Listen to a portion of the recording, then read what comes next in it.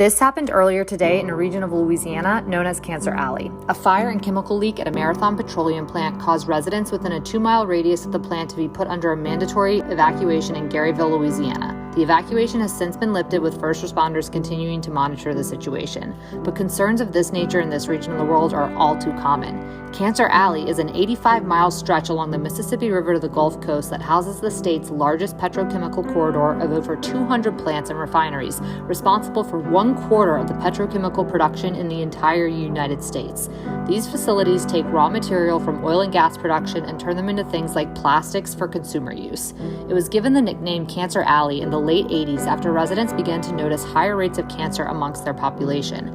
Since then, multiple studies, including a peer-reviewed academic study from Tulane University, have shown that people living in this region are at an 85% higher risk of developing cancer. It also revealed that air pollution is linked to higher cancer rates amongst Black and impoverished communities, which are predominant in this region.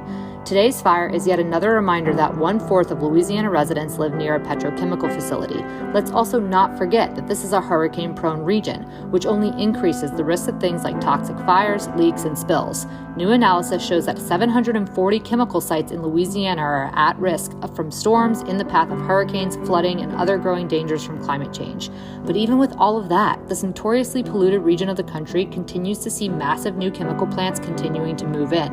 If you, like us, live in the state and want to remain updated on today's fire, follow local news stations like WDSU, WWL, and WBRZ. And if anyone wants to support local organizations that are on the front lines of advocating for environmental justice and community safety in Cancer Alley, then consider following and supporting these 3 organizations: Rise St. James, the Louisiana Bucket Brigade, and the Descendants Project.